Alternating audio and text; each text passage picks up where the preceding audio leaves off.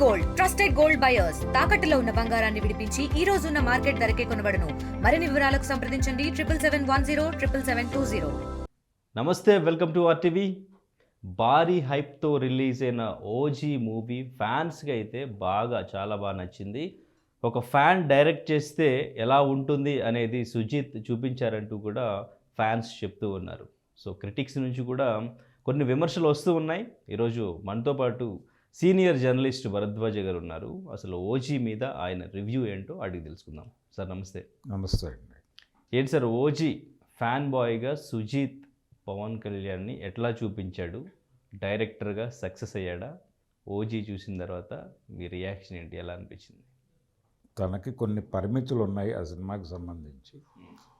ఆ పరిమితుల మేరకు ఎంత బెటర్మెంట్ ఇవ్వాలో అంతా చేశాడు అతను.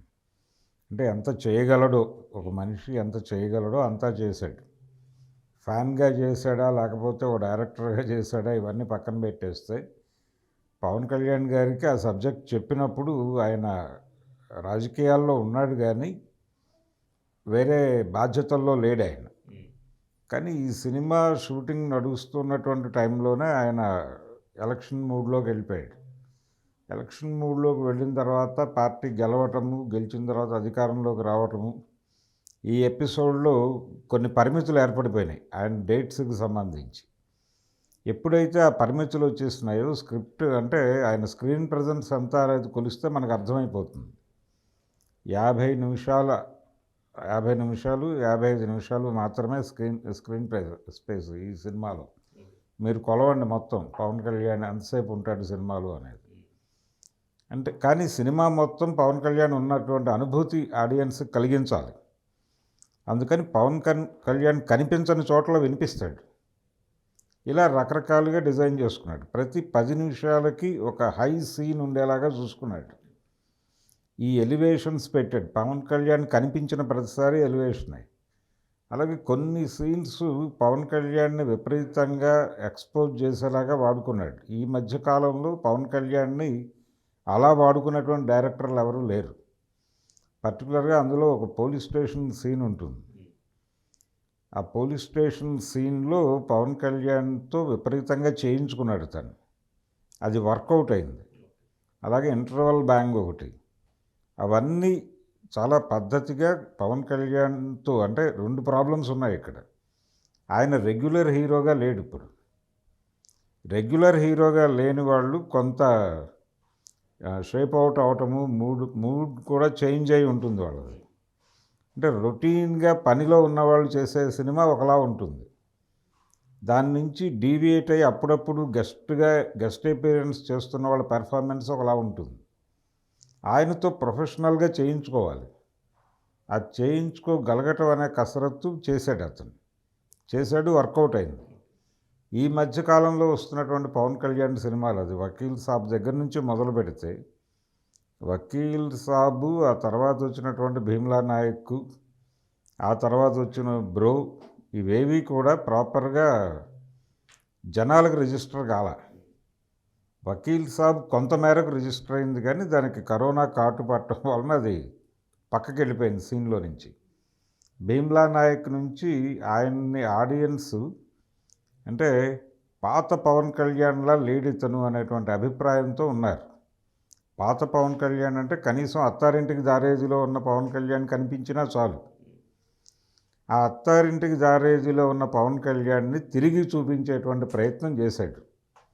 మరీ వెనక్కి తీసుకెళ్ళి ఖుషీ లెవెల్లో చూపిద్దామనే ప్రయత్నం జరిగినప్పటికీ మధ్యస్థంగా అతను కనీసం అత్తారింటికి దారేజీలో ఉన్నటువంటి పవన్ కళ్యాణ్లా అనిపించాడు కొన్ని షాట్స్లో. అది సక్సెస్ అయ్యి. అంటే ఇక్కడ ఈ సినిమా ఇలా ఉండాలి అనేది ఇతని డ్రీమ్, సుజిత్ డ్రీమ్.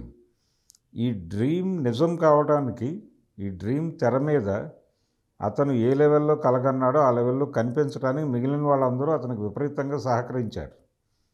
ముఖ్యంగా పరమహంస అండ్ టీం, కెమెరా డిపార్ట్మెంట్కి సంబంధించి వాళ్ళ కష్టం చాలా ఉంది. కథలో ఏమాత్రము కొత్తదనం లేదు, రొటీన్ స్టోరీ. ఆ రొటీన్ స్టోరీలో కూడా హీరోయిన్ పార్ట్కి వచ్చేసరికి డొల్లతనం ఉంది అక్కడ. డొల్లతనము అంటే ఇన్ ది సెన్స్ అది కొంచెం అక్కడ ఆ క్యారెక్టర్ని ఇంకొంచెం వర్కౌట్ చేసి ఉండాలి, డీటెయిల్స్ వర్కౌట్ చేయాలి. ఆ డీటెయిల్స్ వర్కౌట్ చేస్తే డెప్త్ వస్తుంది క్యారెక్టర్లో. ఆ డీటెయిల్స్ వర్కౌట్ చేయకపోవడం వలన ఆ క్యారెక్టర్ అలా గాలిలో తేలిపోతూ వెళ్ళిపోతుంది, దానికి రూట్స్ ఉండవు ప్రాపర్గా. అందుకని ఆ డీటెయిల్స్ వర్కౌట్ చేయకపోవడం వల్ల నిజానికి దీనికి మాతృక ఏమిటి? నాయకుడి సినిమాలో శరణ్య క్యారెక్టర్. నాయకుడి సినిమాలో శరణ్య క్యారెక్టర్కి ఒక రూట్స్ ఉంటాయి, దానికి ఒక డెప్త్ ఉంటుంది. అలాంటి ఒక డెప్త్ క్రియేట్ చేయడంలో డైరెక్టర్ గారు ఫెయిల్ అయ్యాడు. అలా లూజ్గా వదిలేశాడు ఆ ఏరియా మొత్తం. దాన్ని కొంచెం ప్రాపర్గా వర్కౌట్ చేసుంటే ఇంకో లెవెల్లో కనెక్ట్ అయ్యేది సినిమా. అదొక లోపం సినిమాకి సంబంధించి. ఆయన చూసాడు అంటే ఇందులో ఈ ప్రతి సీన్కి రెఫరెన్స్ ఉంది, ప్రతి సన్నివేశానికి రెఫరెన్స్ లేకుండా ఏ సీను లేదు. ఇది గ్యాంగ్స్టర్ స్టోరీ అన్నప్పుడే మనకు తెలిసి ఈ వ్యవహారాలన్నీ. ఇప్పుడు దీపం అనే ఒక సినిమా ఉంది శివాజీ గణేషన్ గారి, 70లో వచ్చిన సినిమా. దానిలో ఏదో కారణం చేత అతను రోడ్డు మీద పడతాడు, అతన్ని తీసుకెళ్ళి ఒక డాన్ పెంచుతాడు. ఆ డాన్ పెంపకంలో పెరిగి ఇతను కూడా డాన్ అవుతాడు. తర్వాత అతనికి ఒక ఒరిజినల్ ఫ్యామిలీ ఉంటుంది. ఆ ఒరిజినల్ ఫ్యామిలీ ఇతన్ని ఎలా తీసుకుంటుంది, దగ్గర కాన్ఫ్లిక్ట్. అది కూడా వాడారు ఈ సినిమాలో, అది కూడా వాడారు. ఆ ఏరియాలో ఒక పవర్ఫుల్ యాక్టర్ని పెట్టాడు. అతని మీద కథ వర్కౌట్ అయింది కొంత. అంటే ఇమ్రాన్ హష్మీ కాదు, ఇమ్రాన్ హష్మీ కాకుండా అదేమో కౌంటర్ పార్ట్, ఆపోజిట్ వర్గం నుంచి పుట్టేటువంటి క్యారెక్టర్ అది. వీళ్ళ క్యాంపులో ఇతని మీద ఘర్షణ పడేటువంటి క్యారెక్టర్ ఒకటి ఉంది. అది తమిళ్ ఆర్టిస్ట్ ఉన్నాడు కదా, అతన్ని తీసుకొచ్చారు. అతను బాగా పెర్ఫామ్ చేశాడు. ఇలా ప్రతి చోట కూడా మంచి నటులను ఎంపిక చేసుకున్నాడు అతను. చేసుకున్నాడు. వాళ్ళు కూడా ఇతను ఏం చెప్పదలుచుకున్నాడు ఈ సినిమా నుంచి అనేది అర్థం చేసుకుని వాళ్ళు చాలా అద్భుతంగా పెర్ఫామ్ చేశారు. అలా ఇమ్రాన్ దగ్గర నుంచి మొదలు పెడితే ప్రతి నటుడు, ప్రకాష్ రాజ్ గారి క్యారెక్టర్ ఏమై ఉంటుంది ఈ సినిమాలో అని అనుకున్నారు అందరూ. ప్రకాష్ రాజు వన్ ఆఫ్ ది విలన్ ఏదో ఉంటాడులే అనుకున్నారు. కానీ అలా కాదు, ఆయన స్ట్రైచర్కి తగినటువంటి క్యారెక్టర్ ఇచ్చారు. అది ప్రకాష్ రాజ్ చేయటం వలన ఎలివేట్ అయినటువంటి క్యారెక్టర్ కూడా అలా ఉపయోగపడ్డాడు. అంటే నవాబ్స్ అని ఆ మధ్య మణిరత్నం తీసిన సినిమా ఒకటి చూసాం. అలాగే థగ్ లైఫ్ అని ఈ మధ్య కమల్ హాసన్తో ఒక ప్రయోగం చేశాడు ఆయన. అది విఫలమే. అది నవాబ్స్ కూడా వర్కౌట్ అవ్వలేదు, అది ఫెయిల్యూర్ మూవీని. అంటే తను చేసిన అంటే గాడ్ ఫాదర్ ఇన్ఫ్లుయెన్స్తో వచ్చిన సినిమాలు ఇవి. ఇది కూడా అదే. అందుకని ఆ సినిమాల్లో దొరికే సీన్లు అనేకం ఇక్కడ కనిపిస్తాయి. ఇవి మాత్రమే కాదు, నేను చెప్పినటువంటి దీపం దగ్గర నుంచి మొదలు పెడితే గ్యాంగ్స్టర్ సినిమాల్లో దొరికే అనేక సీన్లు ఈ సినిమాలో కనిపిస్తాయి. వీటన్నిటిలోనూ కూడా ఒక్కో క్యారెక్టర్ని ఒక్కో పద్ధతిలో డిజైన్ చేసుకుని, ఎందుకు ఇంతమంది ఆర్టిస్టులని తీసుకుని ఇంతగా కష్టపడాల్సి వచ్చింది అంటే పవన్ కళ్యాణ్ స్పేస్ తక్కువ అవుతుంది. అయినప్పుడు పవన్ కళ్యాణ్ వినిపించాలి, కనిపించిన చోటల్లా ఒక హడావిడి క్రియేట్ అవ్వాలి.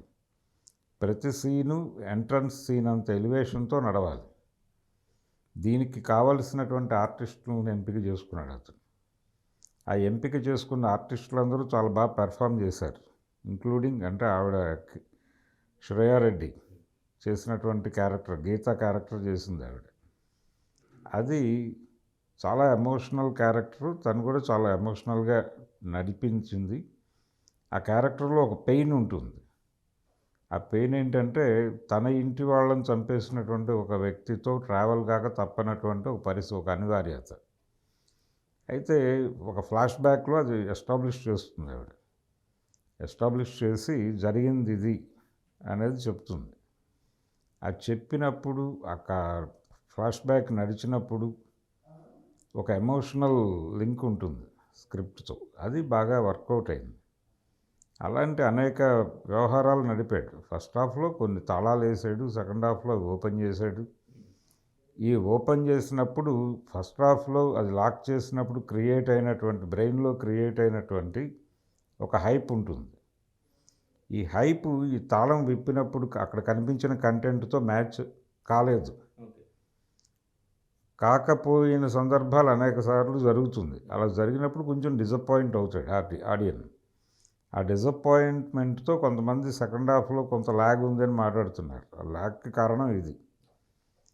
ఇలాంటివి కొన్ని లూజ్ ఎండ్స్ ఉన్నాయి. అవి కొంచెం అంటే అతను టోటల్గా కథని దాటి వ్యవహరించాడు. అతను పవన్ కళ్యాణ్ని ఎలా చూపించాలి అనే దగ్గర కేంద్రీకరణ. నిజానికి గ్యాంగ్స్టర్ స్టోరీ ఇంతకుముందు చేశాడు ఆయన పంజా అనే పేరుతో. అది బాక్స్ ఆఫీస్ దగ్గర పెద్దగా పెర్ఫామ్ చేసింది ఏమీ లేదు. ఓపెనింగ్స్కి పరిమితం అయిపోయింది, ఆగిపోయింది ఆ సినిమా. ఇప్పుడు ఈ సినిమాకి ప్రీమియర్స్ విపరీతంగా నడిచినాయి. రాత్రంతా ట్రాఫిక్ జాములు అయ్యే లెవెల్కి అన్ని థియేటర్లలోనూ షోస్ పడ్డాయి, అన్ని స్క్రీన్స్లోనూ. అయితే ఇది పాజిటివ్ టాకే స్ప్రెడ్ అవుతోంది. కానీ ఇది 2-3 డేస్ జనరల్ ఆడియన్స్ థియేటర్కి కదిలించేంత టాక్ అయితే రాలేదు. టాక్ అంటే అద్భుతం, ఈ సినిమా థియేటర్లోనే చూసి తీరాలి. ఓకే, అది ఆ క్రియేట్ అయిన హైప్ని మ్యాచ్ చేయలేదు. అంటే కష్టపడ్డాడు. అది ఈ సినిమాకి సంబంధించి థియేటర్ వరకు నడిపించింది పవన్ కళ్యాణ్, కానీ థియేటర్లో కూర్చోబెట్టింది సుజిత్తే. అందుకని ఇది సుజిత్ సినిమాగానే నమోదు అవుతుంది. ఆడియన్స్కి రిజిస్టర్ అవ్వడం కూడా అలాగే ఉంటుంది. అంటే వింటేజ్ హీరోలతో కసరత్తు చేయటం అనేది ఈ మధ్య కమల్ హాసన్, రజనీకాంత్ వీళ్ళతో భారీ యాక్షన్ సినిమాలు తీసి సక్సెస్ అవుతున్నారు అక్కడ. దానికి ఒక నేపథ్యం ఉండాలి. జైలర్ సినిమాకి ఒక నేపథ్యం ఉంది. అలాంటి ఒక నేపథ్యాన్ని క్రియేట్ చేయటంలో ఎక్కడో తడబాటుకి గురయ్యారు స్క్రిప్ట్ వైపు నుంచి.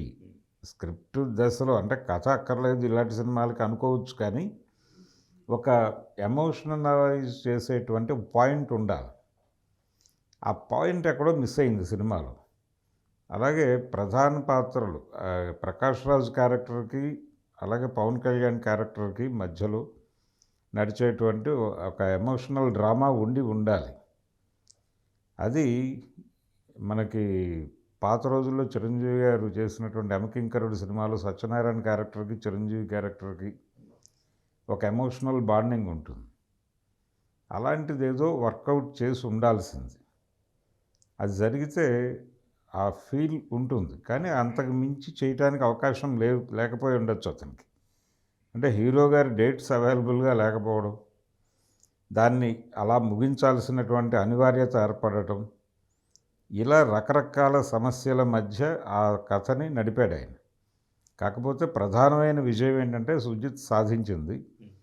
ఈ సినిమా మొదలైన తర్వాత నెక్స్ట్ సీన్ ఏం జరుగుతుందో ఆడియన్స్కి తెలుసు, ఎలా జరుగుతుందో తెలుసు, ఎవరు ఎలా బిహేవ్ చేస్తారో తెలుసు. అన్నీ తెలిసిన కథని చూస్తూ ఉన్నటువంటి ప్రేక్షకులకి కొత్త అనుభూతి కలిగించగలగటం అనేది చిన్న విషయం ఏం కాదు. అది సాధించగలిగేది. రొటీన్ స్టోరీతో ఆడియన్స్ని కూర్చోబెట్టగలగటం అనేది కమర్షియల్ సినిమాకి మ్యాజిక్. కమర్షియల్ సినిమా మ్యాజిక్ అదే. ఆ మ్యాజిక్ కొంత వంట పట్టించుకున్నాడు ఇతను. అది కనిపించింది తెర మీద. ఇదేదో అద్భుతమైన కథ, చాలా గొప్ప స్థాయి కథ అని చెప్పుకోవడానికి కూడా ఏమీ లేదు దానిలో. పరమ రొటీన్ కథని జనాలు కూర్చుని చూసేలాగా నడిపాడు. ఓకే, అంటే అది సుజిత్ స్క్రీన్ ప్లేతో సాధ్యమైందంటారా, లేదంటే తమన్ బీజిఎం వల్ల? అది తమన్ బీజీ ఇవన్నీ ఎన్హాన్స్ చేస్తాయి ఐడియాని. అసలు ఆ సెంట్రల్ ఐడియా అతనిది. ఈ మిగిలిన విభాగాలను కూడా తనకు అనుకూలంగా మలుచుకుని నడిపించుకున్నాడు. ఇప్పుడు తమన్ ఆ మ్యూజిక్ ఇచ్చాడంటే దానికి ఎన్ని రెఫరెన్సులు చూపించుంటాడు అతను సుజిత్. అన్ని రెఫరెన్సుల మీద ఈయన సొంత నిర్ణయం తీసుకుని నడిచినటువంటి ఆర్ఆర్ అది. ఆ మేరకు నడిచిపోయింది. ఈవెన్ ఆ సువి అనే పాటకు కూడా 100 రెఫరెన్సులు ఇచ్చాడు ఇతను. ఆ రెఫరెన్సుల మీద ఆ పాట చేశాడు అతను. ఆ ట్యూన్, ఈ ట్యూన్ కావాలి మీకు అని. కానీ ఆ ట్యూన్ విన్నటువంటి ప్రేక్షకులు ఇలాంటివి చాలా ఉన్నాయని చెప్పి మాట్లాడారు. అనేక పాటలు రెఫరెన్సులు చూపించారు. ఎందుకు జరిగింది అది అంటే అతను ఇచ్చిన రెఫరెన్సులు కూడా ఉన్నాయి. సుజిత్ ఇన్ని పాటలు రెఫరెన్సులు ఇచ్చి ఇలాంటి పాట కావాలి అన్నప్పుడు అలాంటి పాట ఒకటి చేసి ఇచ్చాడు ఆయన. ఆ పాటకి 100 రెఫరెన్సులు ఉన్నాయనేది అందరికీ తెలిసిన విషయం. జనాలు అవన్నీ మాట్లాడారు ఓపెన్ డాస్ మీద. అలా ఎవరి లెవెల్లో వాళ్ళు సుజిత్ కళని తెర మీద ప్రాపర్గా ఎగ్జిక్యూట్ చేయటానికి తమ వంతు సహకారం అందించారు. అలా అందించడం వల్లనే ఈ మేరకు ఈ పాజిటివ్ టాక్ తెచ్చుకోగలిగిన పరిస్థితికి సినిమా తయారైంది. లేకపోతే ఆయన ఇచ్చిన టైంకి ఈ లెవెల్ సినిమా తయారు చేయటం అనేది అంత ఈజీ వ్యవహారం కాదు. ఆల్రెడీ ఒకరు కాలిపోయి ఉన్నారు అక్కడ, హరిహర వీరమల్లు అనే పేరుతో. ఇది దానికంటే డెఫినెట్గా బెటర్ సినిమా. అలాగే సుజిత్ కెరియర్లో సాహో మీద కూడా బెటర్ సినిమానే. సాహోలో కొన్ని స్క్రీన్ ప్లేకి సంబంధించిన గందరగోళాలు ఉన్నాయి. అంటే ఎంటర్టైన్మెంట్కి మేజర్ పాత్ర వెయ్యాలి అనే ఉద్దేశంతో కొంత ఒక ఆర్డర్ని పక్కన పెట్టేశాడు ఆయన. ఇందులో అలాంటి ప్రయోగాలు చేయలేదు. ఇందులో తను చెప్పదలుచుకున్న విషయానికి స్టిక్ ఆన్ అయి నిలబడ్డాడు చివరి వరకు. అందుకని హీరో సెంట్రిక్గానే నడుస్తుంది సినిమా. పవన్ కళ్యాణ్ ఇమేజ్ని ప్రతి క్షణం బూస్ట్ చేస్తూ సన్నివేశాలు నడుస్తాయి. ఇలా డిజైన్ చేసుకుని ముందుకు వెళ్ళిపోయాడు అంతే. ఓకే, అంటే మీరు చెప్పినట్టు ఇప్పుడు ఫ్యాన్సే చూస్తారు కాబట్టి ప్రీమియర్ కానీ ఇప్పుడు ఫస్ట్ డే సెకండ్ డే కూడా ఫ్యాన్స్కి నచ్చుతుంది, కానీ ఫ్యామిలీ ఆడియన్స్కి కనెక్ట్ అవుతుందా, వాళ్ళు వచ్చే ఛాన్స్ ఉందా? సో కలెక్షన్స్ పరిస్థితి ఎట్లా ఉండొచ్చు అంటారు మరి? అంటే కలెక్షన్స్ పరంగా అంటే బుకింగ్స్ 3 రోజులు బాగానే నడుస్తుంది. అది 3 రోజులు బాగానే నడుస్తుంది. నిజానికి నిన్న ప్రీమియర్స్ నుంచి ఎంత వాళ్ళ టార్గెట్ ఒక 20 కోట్లన్నా వచ్చుంటాయి అనేది ఒక అంచనా. 12 కోట్లు దానికి వచ్చింది. ఏది హరిహర వీరమల్లుకి. ఇది ఇంకొంచెం పెరిగి ఉంటుంది. అంటే 15 దాకా వెళ్ళుంటుంది అనుకుంటే 15-20 మధ్య ఎక్కడో తెగుతుంది ఇది.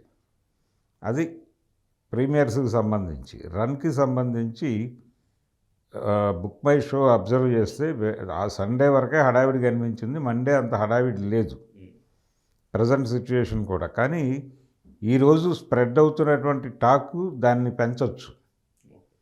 ఆ టాక్ మీద ఆధారపడి ఉంది భవిష్యత్తు. ఇది 3 రోజులైతే గ్యారంటీ సినిమా. 4వ రోజు నుంచి నడపాల్సింది వచ్చినటువంటి టాక్. ఈ టాక్ ఎలా ఉందంటే మిక్స్డ్గానే ఉంది. అంటే పవన్ కళ్యాణ్ బాగున్నాడు, పవన్ కళ్యాణ్ సినిమా బాగుంది అని చెప్పడంతో పాటు అనేక ఇతర విషయాలు కూడా మాట్లాడేస్తున్నారు జనాలు. అందుకని ఒక రకంగా జనాలకి కనెక్ట్ అయింది. కొన్ని సందర్భాల్లో ఇబ్బంది పెట్టిన పరిస్థితి కూడా నడిచింది సినిమాలో, అంతవరకే. అందుకని పూర్తి పాజిటివ్గా మాట్లాడట్లేదు ఎవరు. ఇది సుజిత్ సక్సెస్ అనే మాట అందరూ ఏకగ్రీవంగా చెప్తున్నటువంటి సందర్భం. ఇది కొంత కలెక్షన్స్ మీద ప్రభావం చూపించవచ్చు డెఫినెట్గా. అంటే మీరు చెప్పినట్టు హరిహర వీరమల్లికి కాల్చుకున్నారు అని చెప్తున్నారు కదా, సో ఈ మూవీకి సంబంధించి అటువంటిది జరిగే ఛాన్స్ అయితే కనిపించదు. లేదు ఇది పాజిటివ్గానే ఉంది. అంటే వాళ్ళ టార్గెట్ 300 అని చెప్తున్నారు. 300 కోట్లు వస్తే చాలు. ప్లస్ ఈయనకి 100 crores క్లబ్ కూడా ఇంకా రాలేదు, ఈ మూవీతో వస్తుంది అంటున్నారు కదా. సో ఫస్ట్ డేతో అది కంప్లీట్ అయిపోతుంది అంటారు. 150 అంటున్నారు ఫస్ట్ డే. లేదు అంత పరిస్థితి ఏం లేదు. 100 మార్క్ అయితే 100 వేస్తా. అంటే ఈరోజు మొత్తం అయిపోయిన తర్వాత రేపు మార్నింగ్కి సినిమా తెలుస్తుంది పరిస్థితి ఏంటి. వెరీ ఫస్ట్ డే 100 దాటడం అంటే ఇప్పుడు ఈ మధ్య రీసెంట్గా చూసినటువంటి సినిమా తేజ సజ్జా మిరాయి వాళ్ళు సెకండ్ డే థర్డ్ డే వాళ్ళు 112 వేశారు. థర్డ్ డే ఇప్పుడు దీనికి చాలా స్క్రీన్లు వాళ్ళు దానం చేయాల్సి వచ్చింది. చాలా స్క్రీన్స్లో మిరాయి తీసేసి ఓజీ పడిపోయింది. ఈరోజు రేపు ఉంటుందా లేదా అనేది వేరే గొడవ. ఆ మేరకు అంటే ఆ 112 వేయగలిగిన వీళ్ళు పవన్ కళ్యాణ్ కెరియర్లో అది బిగ్ నెంబర్. ఇది కనీసం 350 పెడితే రీజనబుల్ సినిమా. 400 వస్తే పెద్ద హిట్. అది దాని కండిషన్. 250 నుంచి 300 మధ్యలో వచ్చినా చాలని ప్రొడ్యూసర్ గారు అనుకుంటున్నాడు. మరి ఎక్కడ ఆగుతుందో చూడాలి. రెండోది పాన్ ఇండియా మార్కెట్లో, హిందీ మార్కెట్లో ఇంకా రిలీజ్ అయినట్టుగా ఎక్కడ కనిపించటం లేదు. మరి అక్కడ రిలీజ్ అయితే ఏమిటి పరిస్థితి అనేది కూడా కౌంట్ అవుతుంది. చూడాలి మిగిలిన భాషల్లో. తమిళ్, తెలుగు అయితే కనిపిస్తున్నాయి విజిబుల్గా. మిగిలిన లాంగ్వేజెస్లో బుకింగ్స్ ఎక్కడ కనబట్ల. చూడాలి సినిమా భవిష్యత్తు అంటే అది మండేకి క్లారిటీ వచ్చేస్తుంది. Okay right sir, thank you sir. Thank you. తెలుగులో న్యూస్ కి ఫాస్టెస్ట్ యాప్ ఇప్పుడు టోటలీ న్యూ అవతార్లో జస్ట్ 5 సెకండ్స్లో కంప్లీట్ న్యూస్. సోషల్ మీడియాలో ట్రెండ్స్కి one stop solution. Live TV app voice search ఆప్షన్తో ఇప్పుడే డౌన్లోడ్ చేయండి లేదా అప్డేట్ అయిపోండి. యాప్ లింక్ డిస్క్రిప్షన్లో ఉంది.